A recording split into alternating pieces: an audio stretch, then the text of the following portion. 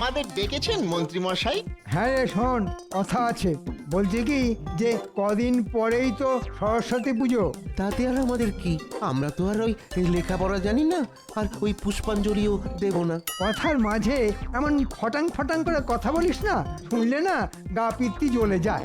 আহা, রাগ করছেন কেন মন্ত্রী মশাই? ঘটার ঘটে যে বুদ্ধি কম সে তো আপনি ভালো করেই জানেন। কোথায় যে কি বলতে হয় মুখ্যটা সেটাও জানে না, তাই ওর কথায় কান্না দিয়ে বলুন তো কি বলতে চান। ভাবছি এবার আমার বাড়িতে সরস্বতী পুজো করব।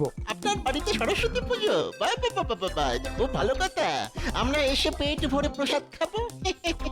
কিন্তু মন্ত্রী মশাই, হঠাৎ করে সরস্বতী পুজো করবেন কেন?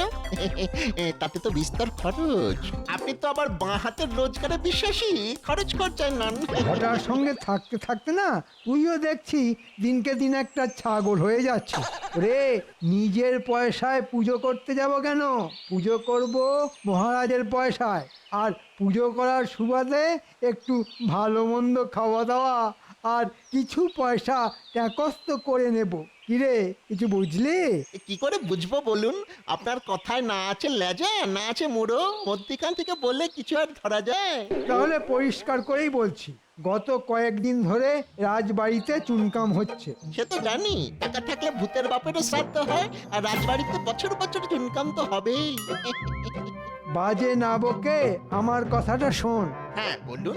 মিস্ত্রিকে ভুজুং দিয়ে এমন বন্দোবস্ত করেছি না বাবা, সরস্বতী পুজোর আগে চুনকামের কাজ কিছুতেই শেষ হবে না।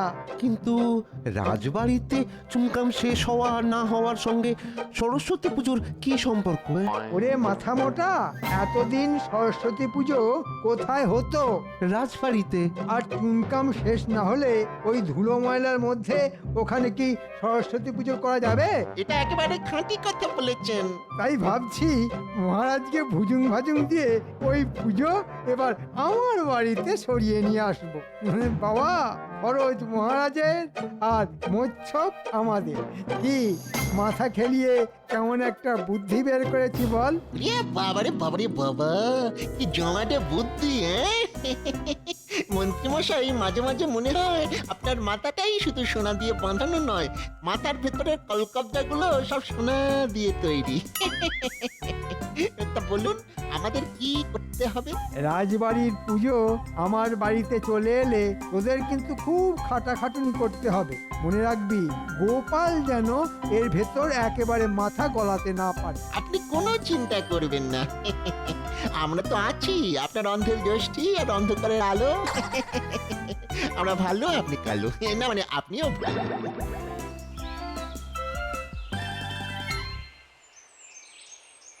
গিন্নি, তাড়াতাড়ি ভাত দাও দেখি, আজ একটু সময় মতো রাজসভায় পৌঁছতে হবে বুঝলে। রাজসভায় আজ কি এমন কাজ আছে গো? বারে ভুলে গেলে? কদিন বাদেই তো সরস্বতী পুজো, সেই নিয়ে এই মহারাজ আজ আলোচনা করবেন বুঝলে। ও সরস্বতী পুজো, তা ভাত আমি দিতেই পারি, কিন্তু তোমাকেও একটা কথা দিতে হবে। হ্যাঁ, কি কথা গিন্নি? এবারে সরস্বতী পুজোতে আমাকে একটা বাসন্তী রঙের শাড়ি কিনে দিতে হবে। বাসন্তী রঙের শাড়ি তোমাকে? বারে, আমার বুঝি বাসন্তী রঙের শাড়ি পরতে স্বাদ হয় না?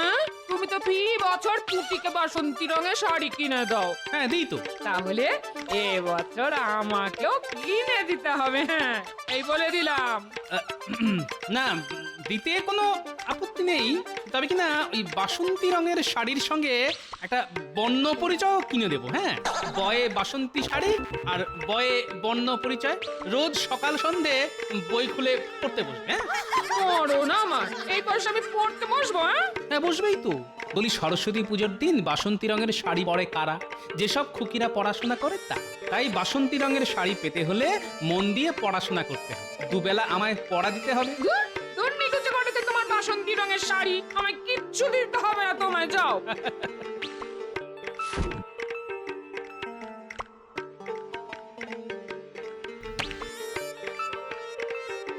আরে ভাতের হাড়ি নামিয়ে নিয়ে চলে যাচ্ছ কোথায়? আরে ও গিন্নি, আমার ভাত। দেখছি আচ্ছা ঝামেলা, এক্ষুনি তো প্রলয় কাণ্ড ঘটিয়ে ছাড়বে। না, যেমন করেই হোক শ্বশুর মশাইয়ের এই পাগল মেয়েটাকে ঠান্ডা করতে হবে। আরে ও গিন্নি, গিন্নি গো, আরে গোপাল দাদু, ও গোপাল দাদু। বোঝো, এদিকে গিন্নি, অন্যদিকে নাতি নাতনির দল। বল, কি বলবি? বলতে এসেছি যে কদিন বাদই তো সরস্বতী পুজো। তো অন্যবারের মতো এবারেও রাজবাড়িতে ঘটা করে সরস্বতী পুজো হবে তো? আরে আশ্চর্যের কথা শোনো, ঘটা করে সরস্বতী পুজো হবে না কেন? এবার কিন্তু আমায় আলপনা আঁকতে দিতে হবে। হ্যাঁ গো দাদু, পুটি না খুব সুন্দর আলপনা আঁকতে শিখেছে। ঠিক আছে, তাই হবে। পুটি আলপনা দেবে। তা তোরা এখন যা তো বাপু, আমায় আবার এক্ষুনি নিয়ে খেয়ে রাজসভায় যেতে হবে। আরে আজকে তো এই পুজো নিয়েই রাজসভায় আলোচনা আছে। তাহলে এখন আমরা আসছি দাদু, আমার আলপনা দেওয়ার কথাটা কিন্তু মনে রেখো। রাখবো রে বাবা, রাখবো। এখন তোরা আয় তো দেখি। গিন্নি, আরে ও গিন্নি, কি হলো কি? এমন করে গিন্নি গিন্নি করে পাড়া মাথায় করে তুলছো কেন? হ্যাঁ, আমি কি মরে গেছি নাকি? হ্যাঁ, বালাই ষাট, তুমি মরবে কেন? কিন্তু মুখের সামনে ভাতের থালা না পেলে আমি যে মরে যাব গিন্নি। কিন্তু আমার শাড়ি দেবো, কিনে দেবো। কিন্তু এই বয়সে আর এরকম ভারী চেহারায় বাসন্তী রঙের শাড়িতে তোমায় যে বড়ই বিদ্যে লাগবে গিন্নি। কি কি বললে? না, বলছিলাম কি, তুমি একটা ডুরে শাড়ি নাও, লাল পেড়ে শান্তিপুরে ডুরে কাটা শাড়ি। ও যা মানাবে না তোমায়, সত্যি বলছি। যে দেখবে সে আর চোখ ফেরাতে পারবে না গিন্নি। মরণ কথা চিনি দেখো। যাও নে এসো, আমি ভাত বাড়ছি, যাও। যাক বাবা, শান্ত হলো। বউ শান্ত মানে জগৎ শান্ত। হ্যাঁ, যে জন্য তোমাদের সকলকে আজ রাজসভায় আসতে বলেছি। এই কদিন বাদেই তো মা সরস্বতীর পুজো। আমি কিন্তু এবছর আগে ভাগেই পুজোর ফর্দ তৈরি করে রেখেছি মহারাজ। সে তো রেখেছো, কিন্তু পুজোটা এবার কোথায় হবে সেটা নিয়ে কিন্তু একটা বড়সড় সমস্যা তৈরি হয়েছে। তার মানে আমার কৌশল মতোই সব কিছু এগোচ্ছে। কি সমস্যা মহারাজ, একবার মুখ ফুটে বলে ফেলুন, দেখুন আপনার এই মন্ত্রী সেই সমস্যার সমাধান করতে পারে কিনা। মানে তোমরা তো সকলেই জানো যে রাজবাড়িতে চুনকাম মানে রগ হচ্ছে। তা আশা করেছিলাম সরস্বতী পুজোর আগেই চুনকামের কাজটা শেষ হয়ে যাবে, কিন্তু কাজের যা গতি তাতে তো মনে হচ্ছে না যে সরস্বতী পুজোর আগেই কাজটা শেষ হবে। আর বাড়ি জুড়ে ধুলো ময়লার মধ্যে কি ঠাকুর পুজো হয়? আচ্ছা তোমরাই বলো। না মহারাজ, এভাবে পুজো হয় না। তাহলে পুজো কোথায় হবে? আমি একটা কথা বলবো মহারাজ। বলো বলো বলো। বলছিলাম কি, এই রাজ্যে রাজার পরেই তো মন্ত্রীর স্থান, তাই রাজবাড়িতে অসুবিধে থাকলে আমার বাড়িতে হোক। তোমার বাড়ি? হ্যাঁ মহারাজ, আমার বাড়ি। কোনো ধুলো ময়লা নেই, একেবারে ঝকঝকে তকতকে। আপনি শুধু টাকা দিয়ে দিন, দেখবেন নির্ঝঞ্ঝাটে পুজো মিটে যাবে। এইবার বোঝা গেল পুজোর ব্যাপারে মন্ত্রী মশাইয়ের এত উৎসাহ কেন। আমি একটা কথা বলবো মহারাজ। এই সেরেছে, টেকো গোপাল আবার কি বলতে চায়? বলো বলো, কি বলতে চাও? আমি বলি কি, পুজো যখন রাজবাড়িতে করা যাবেই না, তখন পুজো হোক পাঠশালায়, বিদ্যাস্থানে বিদ্যা দেবীর আরাধনা। বাহ বাহ বাহ বাহ, ভালো হবে ভালো হবে, খুব ভালো হবে। এই না হলে গোপালের মাথা। কি তোমরা সবাই কি বলো? খুব ভালো হবে মহারাজ। ব্যাস হয়ে গেল, আমার বাড়া ভাতে বদমাস টেকোটা ঠিক ছাই ঢেলে দিল। কিন্তু মহারাজ, পাঠশালায় তো জায়গা কম, ওইটুকু জায়গায় কি পুজো করা যাবে? কেন যাবে না মন্ত্রী মশাই? পুজো তো ছোটদের, ছোটরা তো আর বড়দের মতো জায়গা নিয়ে মারামারি করে না। দেখবেন পাঠশালায় পুজো করতে কোনো অসুবিধে হবে না। তাহলে এই কথাই রইলো, পাঠশালায় বিদ্যা দেবীর আরাধনা হবে। গোপাল, তুমি কিন্তু জোগাড় যন্ত্র সব শুরু করে দাও। সেসব নিয়ে আপনি কোনো চিন্তা করবেন না মহারাজ। আমার নাতি নাতনিরা তো সরস্বতী পুজো করার জন্য যাকে বলে একেবারে মুখিয়ে আছে। কুটি তো আবার পুজোর জায়গায় আলপনাও আঁকতে চাইছে। বাহ বাহ বাহ, খুব ভালো ভালো ভালো। এবার তাহলে পুজো ওদেরকেই করতে দাও। ওরাই পোছাক, ওরাই মালা গাথুক, ফল কাটুক, আলপনা দিক। আমরা বড়রা শুধু ওদের উৎসাহ দিয়ে যাবো। এই পণ্ডিত, তোমার আবার এসবে কোনো আপত্তি নেই তো? না মহারাজ, কোনো আপত্তি নেই আমার। ভুল ত্রুটি কিছু হলে আমি তো আছি, শুধরে দেবো। বাহ বাহ বাহ, খুব ভালো ভালো ভালো। ব্যাস, কি ভেবেছিলাম আর কি হয়ে গেল। আর সব কিছু হলো ওই বেটা পেট মোটা টেকোটার জন্য। দাঁড়াও, এমন পেঁচ কষবো না, পুজো করা একেবারে মাথায় উঠে যাবে। গিন্নি, আরে ও গিন্নি, আরে কোথায় গেলে গো? কি হলো কি? চেঁচাচ্ছ কেন? এই নাও, দেখো কি এনেছি। উমা, এত শাড়ি? হ্যাঁ শাড়ি, বাসন্তী রঙেরটা পুটির আর লাল পেড়ে ডুরে শাড়িটা তোমার। কি পছন্দ হয়েছে? খুব খুব পছন্দ হয়েছে গো। লাল পেড়ে ডুরে কাটা শাড়ি, তাই এখন শুধু ভাব আর নয় আড়ি। যাও যাও যাও, কচি কড়াইশুঁটি আর তেল দিয়ে চারটি মুড়ি মেখে আনো তো দেখি, খুব খিদে পেয়েছে। আমি এক্ষুনি আনছি। হ্যাঁ কি গো দাদু, রাজবাড়িতে পুজোর কথা হলো? আরে হ্যাঁ হয়েছে, আর একটা নতুন খবরও আছে। কি খবর দাদু? রাজবাড়ির বদলে এবার পুজো হবে তোদের পাঠশালায়। বাহ বাহ, কি মজা! আর পুজোর সব জোগাড় যন্ত্র করবি তোরাই। কেউ ফুল তুলবি, কেউ মালা গাঁথবি, কেউ ফল কাটবি। আর আমার আলপনা? আঁকবি তো, এমন সুন্দর করে আলপনা আঁকবি যাতে মহারাজ দেখে একেবারে মুগ্ধ হয়ে যান। তোরা ঠিক করে নে কে কি করবি। আমি ফুল তুলে আনবো। আমি মালা গাঁথবো আর টেপা লাল নীল কাগজ দিয়ে শিকলি বানাবে। পুজোর আগের দিন আমি আলপনা দেব আর পুজোর সকালে ফল কাটবো। ব্যাস তাহলে তো হয়েই গেল, পাঠশালায় একেবারে জমজমাট পুজো। কুমন মশাইয়ের বাড়িতে ঠাকুর করার বায়না দিয়েছো তো? বায়নারও দেওয়াই আছে, তবে আজই একবার গিয়ে পাকা কথাটা বলে আসবো। দেখো ঠাকুরের মুখটা যেন খুব ভালো হয়। আর হাঁসটা যেন বেশ বড় সড়ো হয়। হ্যাঁ, আরে বাবা, হবে হবে, সবকিছু খুব ভালো করে হবে। এই নাও মুড়ি। হ্যাঁ দাও, আয় মুড়ি খেতে খেতে পুজোর অন্য কথাগুলো সেরে নে।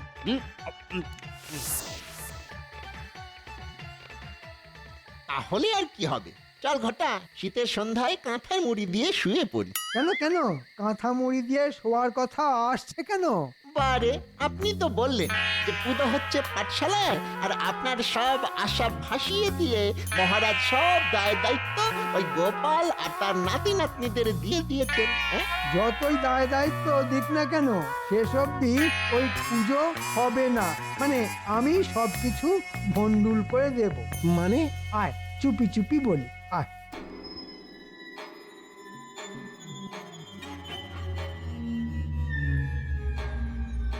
বাবারি বাবারি বাবা, কি বুদ্ধি!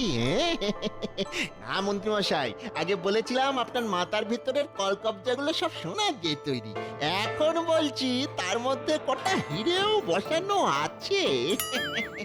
নিজের বাড়িতে নিজের মতো করে পুজো করব বলে মহারাজের কাছ থেকে কিছু অর্থ সাহায্যও নিয়ে আসবো। আবার পাঠশালার পুজো পণ্ড হয়ে যাওয়ার পর দেখবেন দলে দলে লোক আপনার এখানে সেই পুষ্পাঞ্জলি দিয়ে যাবে। টেকো গোপাল এসব দেখবে আর আঙুল চুষবে। আচ্ছা আচ্ছা, ওই কুমোর কি আপনার এইসব শেখানো কথা বলতে রাজি হবে? আরে হাতে একটা টাকা গুঁজে দিলেই দেখবি ঠিক রাজি হয়ে যাবে। তোরা শুধু আসল কাজটা করে দিবি। আপনি কোনো চিন্তা করবেন না মন্ত্রী মশাই, আগের রাতে আমরা যাব। আর তাহলে এখন আয়।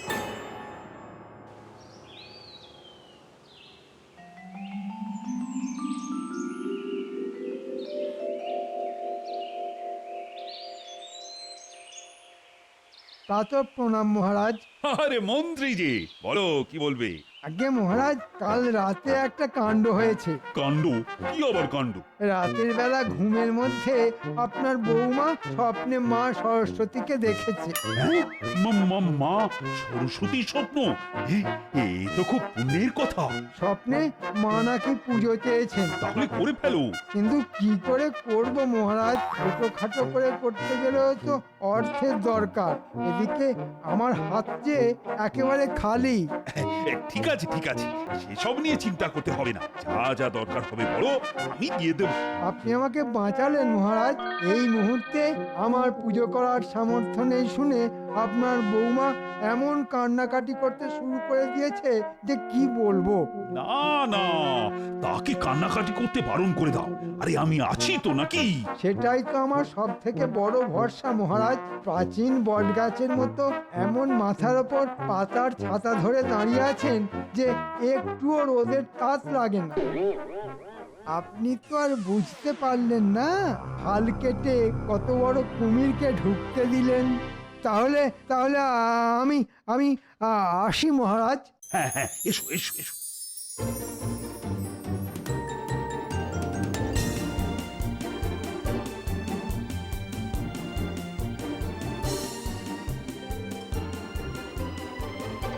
কি গো পোটো, মহারাজের বায়না দেওয়া প্রতিমার কাজ আর কত দূর? এই তো হচ্ছে, পুজোর আগের দিন সন্ধেবেলা পেয়ে যাবে। না না না না, সন্ধেবেলা নয়, বিকেল বেলাতে দিতে হবে। এবার এত তাড়াতাড়ি কেন? আরে এবার যে পুজোর দায় দায়িত্ব সব ছোটদের, আর ওদের খুব ইচ্ছে মনের মতো করে প্রতিমাকে সাজাবে। ঠিক আছে, বিকেল বেলাতেই দিয়ে দেব। আর দেখো প্রতিমার মুখটা যেন খুব ভালো হয়। ওসব নিয়ে কোনো চিন্তা করতে হবে না।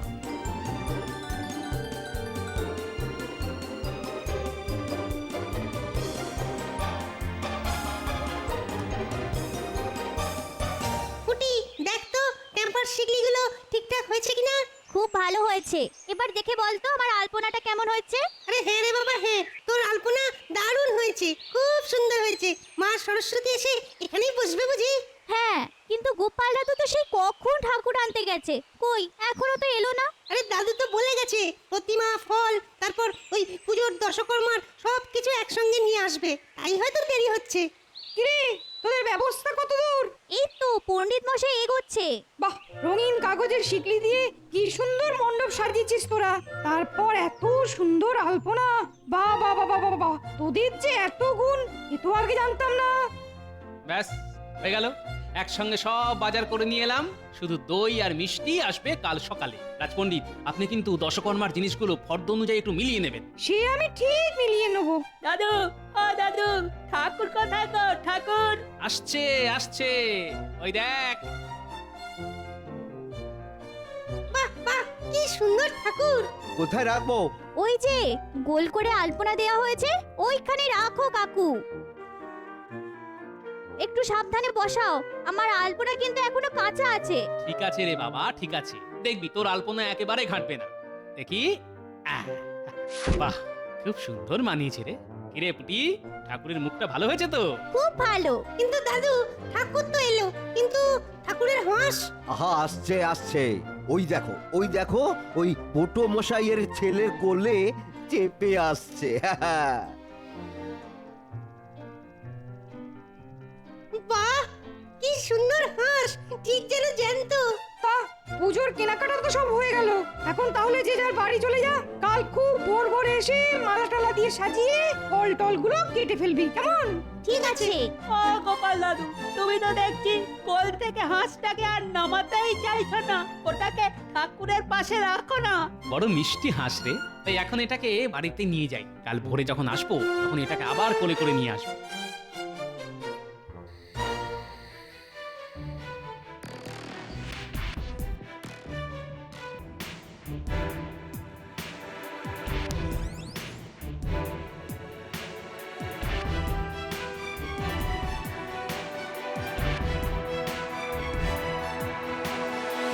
বুঝকে এই কাক ভরে পুকুরের ঠান্ডা জলে চান করে কিন্তু খুব শীত করবে। তুই তো আবার শীত কাতুরে।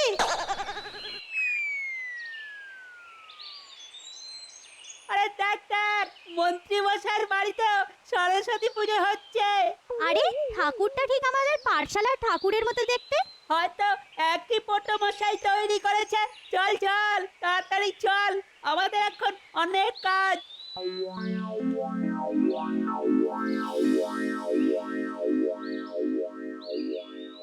একেবারে ভোর ভোর চলে এলাম। তা পুজোর জোগাড় যন্ত্র কত দূর?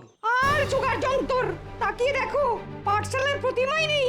হ্যাঁ, সে কি? তাহলে তো এক্ষুনি মহারাজকে খবর দিতে হয়। জানো গোপাল দাদু, মন্ত্রী মশাইয়ের বাড়িতেও এবার পুজো হচ্ছে, আর ঠাকুরটা নাকি ঠিক আমাদের ঠাকুরের মতো দেখতে। কি বললি? মন্ত্রী মশাইয়ের বাড়িতে পুজো হচ্ছে, আর সেই ঠাকুর দেখতে ঠিক আমাদের ঠাকুরের মতো? এদিকে আমাদের ঠাকুর কে বা কারা নিয়ে পালিয়ে গেছে। সে কি? তাহলে কি হবে? একবার মন্ত্রী মশাইয়ের বাড়ি চল তো দেখি। রাজপণ্ডিত, আপনি মহারাজকে গিয়ে ডেকে নিয়ে আসুন। দেখো গোপাল, মুখ সামলে কথা বলবে। তুমি কি বলতে চাও? আমি পাঠশালার প্রতিমা চুরি করে এনেছি? আহা, কটা ঘটা থাকতে আপনি আর নিজে হাতে করতে যাবেন কেন বলুন তো? গোপাল, তুমি কি জানো মহারাজ আমাকে এই পুজো করার অনুমতি দিয়েছেন? দাদু, ঠাকুর তো এনে ওই কাঁচা আলপনার উপর বসানো হয়েছিল। এটা যদি আমাদের ঠাকুর হয়, তাহলে কাঠামোর নিচে নিশ্চয়ই আলপনার দাগ লেগে থাকবে। তাহলে তো একবার কাজ করে দেখতে হয়। খবরদার, এই খবরদার, খবরদার, ঠাকুর কাজ করবি না। তোদের কাজ করতে গেলে তো ঠাকুরকে একটু কাজ করতেই হবে। এই এই তো কাঠামোর তলায় আলপনার সাদা রং লেগে রয়েছে, তার মানে এ ঠাকুর আমাদের। সাদা রঙের